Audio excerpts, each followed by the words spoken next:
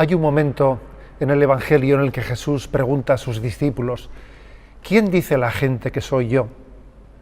Y después concentra más su pregunta y les dice: ¿y vosotros quién decís que soy yo? Y yo a ustedes le pregunto: ¿y usted? ¿Y tú? ¿Quién dices que es Jesucristo? Te invito a acompañarme en este programa en el que queremos responder a esta pregunta: ¿quién es Jesús? ¿Quién es Jesucristo?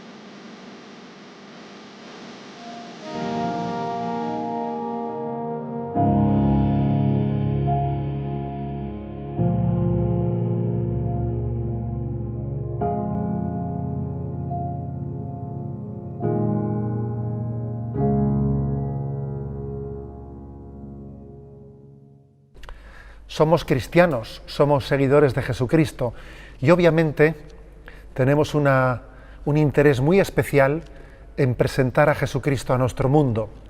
¿Cómo podíamos presentar a Jesucristo ante un joven adulto que se interese por él, que haya oído hablar vagamente de Jesucristo o tal vez incluso fue educado en la fe cristiana, asistió a la educación de un colegio católico, pero nunca ha llegado a hacer de Jesucristo su amigo, nunca ha llegado a tener un encuentro personal con él? La clave está no en un conocimiento teórico, la clave está en un conocimiento interno de Jesucristo, conocimiento interno del amor de Jesucristo que entregó su vida por nosotros. Pero obviamente para poder tener un conocimiento interno es también necesario una explicación conceptual de quién es su persona y cuál ha sido su mensaje. Por eso quisiera que estas palabras sirviesen para hacer esta aproximación a la persona de Jesucristo. Antes que nada, quiero decir que no somos nosotros los que nos estamos aproximando a Él. En realidad es Él el que se ha aproximado a nosotros. Este es un buen punto de partida para empezar a hablar de Jesucristo. Jesucristo es el revelador de Dios, el revelador del Padre. ¿Qué es esto de la revelación? Sí, quisiera explicar brevemente qué es la revelación. Dios, el único Dios, porque Dios no puede haber más que uno, no puede haber dos dioses, porque Dios es un ser supremo infinito y no cabe la existencia de dos seres supremos infinitos. El único Dios, el creador de cielo y tierra, de todo lo visible y lo invisible, ese Dios no solo ha creado el mundo, sino que también se ha preocupado por el destino del hombre. Y en su preocupación por nosotros, llegó un momento en el que, al ver la perdición del hombre, al ver cómo nosotros íbamos por un camino errado, decidió volver a intervenir en nuestra historia, decidió revelarse, descubrirse, salir en socorro del hombre, rescatarle de su extravío. Ese es el sentido de la revelación. A la hora de explicar qué es la revelación, a veces yo con nuestros jóvenes he solido echar mano de la siguiente imagen. Imagínense ustedes lo que es un periodista de esas revistas que buscan el conocimiento de los famosos, de los actores o de los deportistas. Un periodista que tiene una cámara, un teleobjetivo a larga distancia y saca fotos de ese conocido, de ese político, de ese cantante, intentando desde la distancia conocer cómo es su vida. Ciertamente le conoce por aproximación, no le conoce en la intimidad, tiene un conocimiento distante y lejano de él.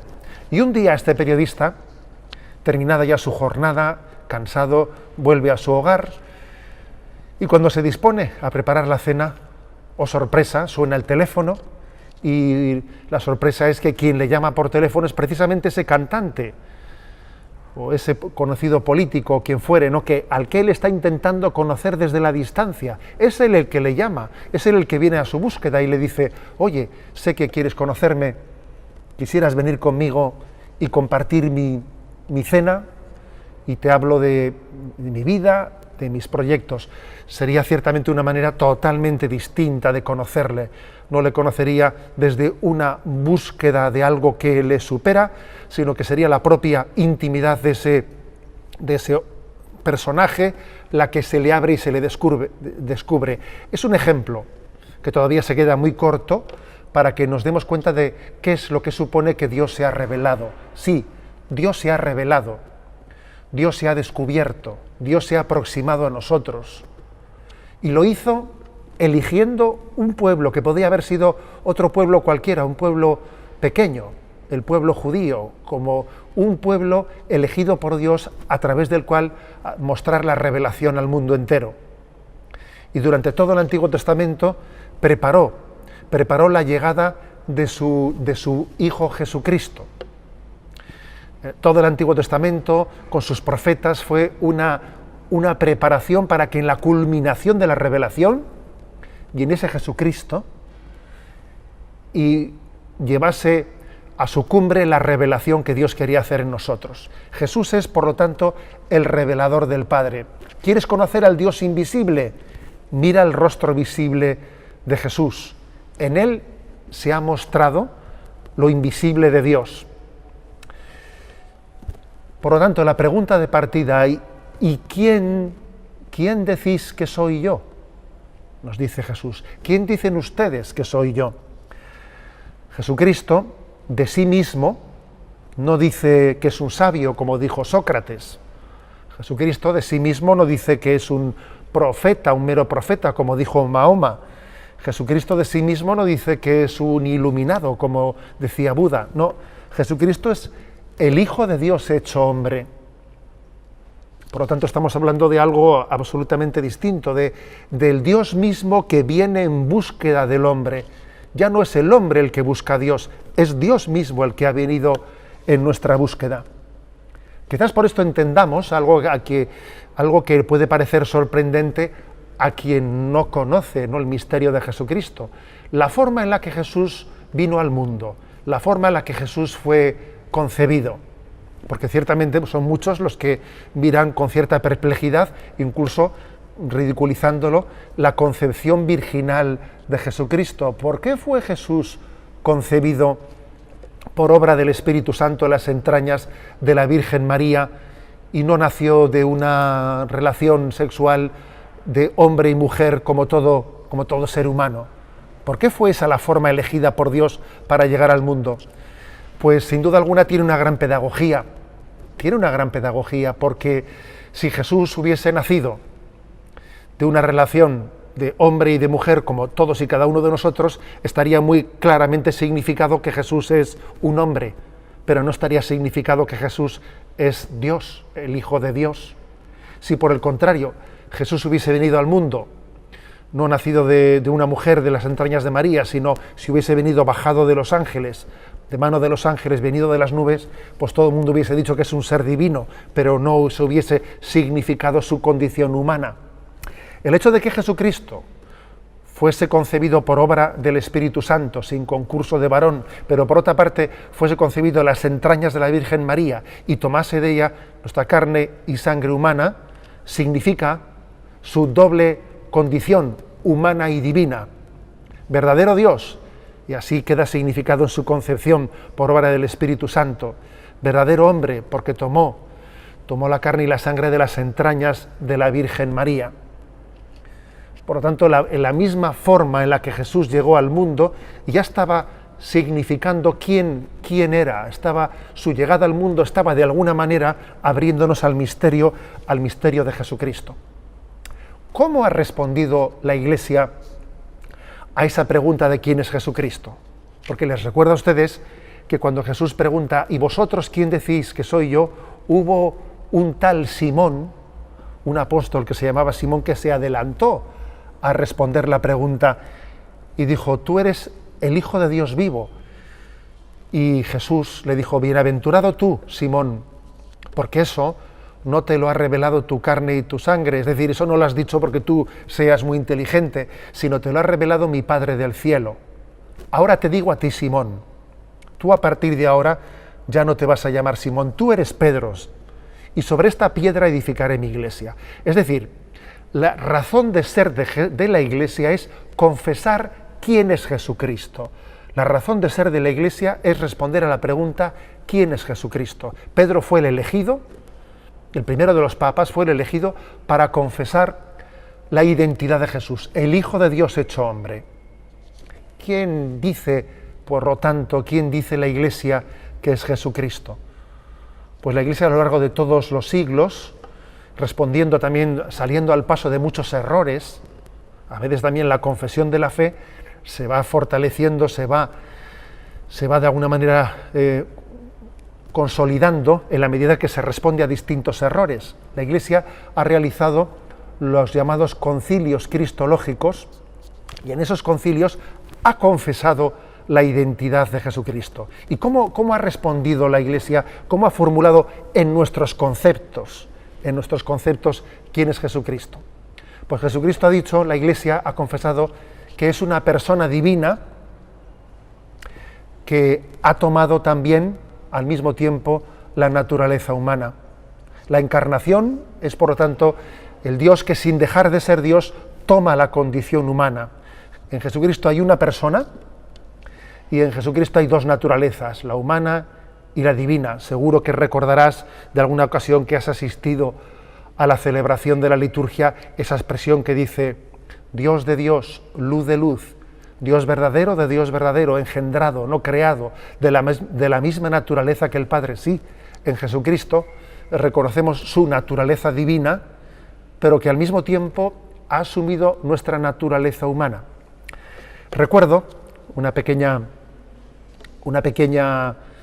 anécdota de mi vida de sacerdote que es muy catequética y que comparto con ustedes. Recuerdo que en una ocasión era el día de Navidad y estaba yo, antes de ser obispo, en mi parroquia. Fui párroco de una parroquia del País Vasco llamada Zumárraga. Sí, sé que a muchos, especialmente los mexicanos, les sonará ese nombre por Fray Juan de Zumárraga, el primero de los obispos, aquel ante quien la guadalupana se mostró. Pues bien, estando en aquel municipio, en Zumárraga, recuerdo que era el día de Navidad y le pregunté a los niños que estaban presentes en la misa, ¿y dónde estaba Jesús antes de nacer en Belén? Y recuerdo que había una niña que levantaba la mano y le dije, ¿dónde estaba? Y me dijo ella, en la tripa de su madre, en el vientre de su madre. Le dije, sí, vale, de acuerdo, bien respondido, pero ¿y dónde estaba antes de estar en el vientre de su madre, en el seno de su madre? ¿Dónde estaba Jesús? Y esa niña, que se ve que había tenido un buen catequista en su casa, la niña respondió, pues estaba con el papá y con la palomita, me dijo, en el cielo. Así respondió. Y la verdad dije yo, pues esta ha debido de tener una buena catequista en su casa. Ciertamente, ese Jesús que se hace presente en Belén es Dios por toda la eternidad. Y llegada la culminación de los tiempos, en el culmen de la misericordia de Dios, ha compartido nuestra condición humana. No sé si somos conscientes de lo que eso supone, del salto infinito que Dios hizo para llegar hasta nosotros. Por eso, el arco iris, ese arco iris que nosotros vemos en el cielo, lo vemos como una metáfora de la encarnación.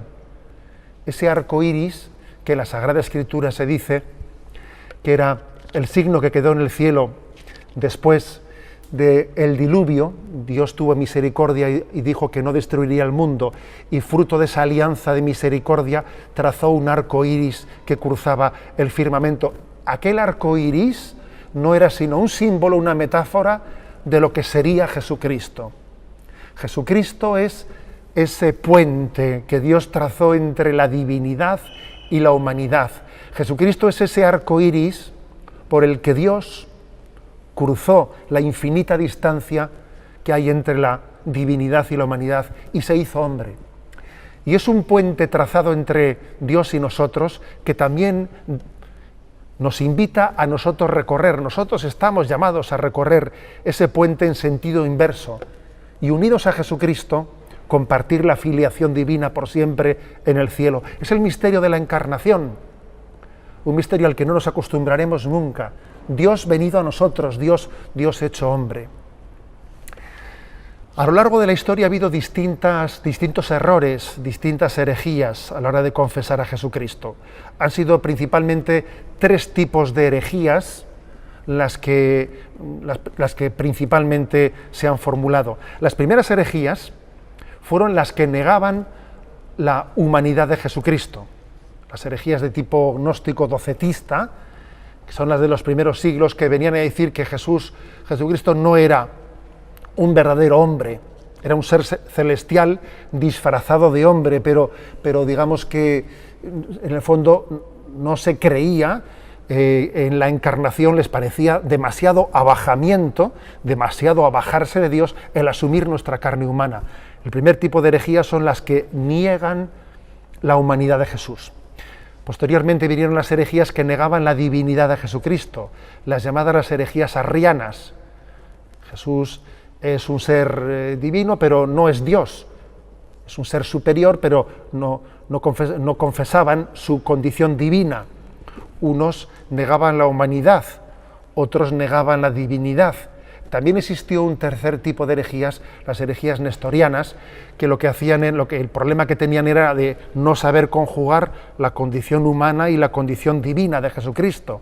Y así, por ejemplo, en las herejías nestorianas venían a decir que en Jesús había 2 personas. Y obviamente en Jesús no puede haber 2 personas, porque sería una crisis de identidad. Persona, Jesús solo es una, es la persona divina, la persona que era preexistente. Antes de nacer en Belén, Él desde toda la eternidad existía, antes de asumir la condición humana. Y así también subrayar que Jesús es una persona divina nos ayudará también a entender por qué los católicos confesamos a la Virgen María como Madre de Dios. ¿Cómo puede ser María Madre de Dios? ¿No es eso una contradicción? ¿Cómo se puede ser Madre de Dios? Obviamente María no es madre de la naturaleza divina de Jesús, como va a serlo. Es madre de la naturaleza humana. Pero es que la relación maternal no se tiene con una naturaleza, se tiene con un hijo. Uno es madre no de una naturaleza humana o de un cuerpo, es madre de una persona, de un hijo, y esa persona, ese hijo, es Dios, es persona divina. Por eso decimos que María es madre de Dios, porque persona en Jesús solo hay una persona, que es la persona divina. Sí, este es el Dios hecho hombre, el Dios que entregó su vida por nosotros. Una pregunta muy frecuente a la hora de conocer a Jesús es cómo Jesús se habló, cómo Jesús reveló quién era Él. Jesús se reveló a través de sus palabras y a través de sus obras. En los evangelios encontramos no curiosidades, porque es cierto que los evangelios no nos cuentan muchas curiosidades. Nos cuentan lo esencial de las parábolas del reino. Nos hablan de la condición, de la identidad de Jesucristo y de el camino de la salvación. Jesús nos predicó cuál era el camino de la salvación, para que podamos recorrerlo cada uno de nosotros. Nos dio los consejos principales para descubrir nuestra vocación a la vida eterna. Y a través de sus obras, también especialmente de los milagros, Él dio testimonio de su condición divina. Sus palabras y sus obras se conjugan maravillosamente en la revelación. Lo que es impresionante es que Jesús, en el momento culminante de su vida, puso el momento de la cruz, de su muerte y resurrección. Recuerdo haberle escuchado en una ocasión a un joven la siguiente pregunta: ¿pero a Jesús le mataron o Jesús entregó su vida? ¿Cuál de las dos cosas es cierta? ¿A Jesús le mataron o Jesús entregó su vida? Y ciertamente la respuesta correcta es que ambas cosas son ciertas al mismo tiempo. Sí, a Jesús le llevaron a la muerte porque este mundo pecador y egoísta, no puede soportar la santidad de un inocente y se revuelve y se resiste frente a ello.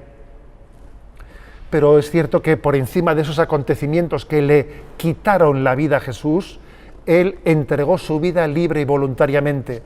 Es una frase del Evangelio de San Juan la que dice: a mí nadie me quita la vida, soy yo el que la entrego voluntariamente. Tengo poder para quitarla y poder para darla. Jesús entregó libre y voluntariamente su vida por la salvación del mundo, por tu salvación, por la salvación de cada uno de nosotros. Jesucristo ha dado a su vida y a su muerte un significado redentor. La sangre de Jesucristo es el rescate que Él mismo ha sido capaz de presentar delante de Dios. Nosotros que no éramos capaces de pagar nuestra deuda, la deuda de nuestro pecado, nosotros que no éramos capaces de reparar el daño que nuestro pecado había infligido en Dios, nos hemos encontrado que Dios mismo ha entregado a su Hijo por nuestra salvación. Hay una parábola en el Evangelio que es la parábola de los viñadores homicidas. No sé si la recuerdan ustedes. El dueño de una viña envió a sus criados para que los trabajadores de la viña le pagasen la renta, y a uno le mataron, a otro le maltrataron, y finalmente dijo: les enviaré a mi hijo le respetarán. Y ocurrió que, enviado su hijo, también a su hijo le mataron. Esa es la imagen de Jesucristo, el hijo del dueño de la viña, el Hijo de Dios, enviado y que fue maltratado por nosotros, pero que sin embargo Él ofreció su vida al Padre por la reparación de del propio pecado de nuestra vida. En Jesús, pues, no vemos únicamente a alguien lleno de valores al que el mundo le robó la vida, sino que en Jesucristo descubrimos a Dios mismo que entrega a su Hijo por la salvación de todo el mundo y de todos y cada uno de nosotros. Hay un momento culminante, un momento cumbre de la vida de Jesucristo, cuando Él en la cruz es capaz de pronunciar la frase: Padre, todo está cumplido, a tus manos encomiendo mi espíritu. ¿Qué significa todo está cumplido? Jesús había venido al mundo con la tarea de la revelación, con la tarea de la redención. Se había mostrado al mundo, le había mostrado al mundo cuál es el camino para llegar al Padre. Está cumplido. Jesús había venido al mundo con la tarea de rescatarnos, de tomarnos sobre sus hombros y volver al Padre llevándonos sobre sus hombros. Y así lo hace en la cruz. La cruz carga con cada uno de nosotros. Nuestros pecados cargan sobre sus hombros en la cruz. Todo está cumplido. Pero la palabra última de la redención de Jesucristo está en la resurrección. La resurrección es el momento culminante de la vida de Jesucristo. La resurrección es el triunfo definitivo de la vida sobre la muerte. No era posible que el Hijo de Dios pereciese y que fuese dominado por la muerte. El momento de la resurrección es un momento maravilloso en el que la muerte ha sido vencida. La muerte ha sido vencida con sus propias armas. Yo creo que ha acontecido algo semejante a lo que aconteció con aquel caballo de Troya, en el que se introdujeron dentro de las murallas aquel que iba a vencer a quien la había dominado. Así Jesús se introduce en la propia carne humana, se introduce en la muerte, y como Dios que es, vence a la muerte en la resurrección. Para un cristiano, la resurrección es el momento central de la vida de Jesucristo, porque en este momento a Jesús le encontramos vivo y resucitado. Jesús vive, y por eso ahora podemos rezarle y podemos hablar con Él, porque el Cristo glorioso, el que está en los cielos, ahora también está predicando por medio de la Iglesia. Este pobre pastor que os habla no es más que una mediación, es un instrumento. El Cristo glorioso que está en el cielo, Él se sirve de nosotros para mostrarse al mundo. La Iglesia es el altavoz del Cristo glorioso. Cristo vive, Cristo reina y Cristo está deseando tener un encuentro personal con nosotros. Porque, como os decía al comienzo, lo principal no es conocer conceptualmente a Jesucristo, como os decía al comienzo, lo principal es tener un encuentro personal con Él que cambie nuestra vida. El que se encuentra con Jesucristo, su vida la ve completamente transformada. Ese conocimiento interno del amor de Cristo es el que os deseo. Os deseo que Jesús esté en vuestra intimidad, que sea vuestro mejor amigo, que lo descubráis como tu Señor, como tu Redentor, como tu Creador, como aquel que es más íntimo a ti que tu propia intimidad, aquel amigo que nunca falla, el único en el que verdaderamente puedes poner tu descanso. Te deseo a Jesucristo, es el mejor de los deseos, y ojalá en Él el mundo pueda alcanzar esa felicidad en la que ansía. Espero podamos vernos en los siguientes programas y seguir caminando en este camino de fe.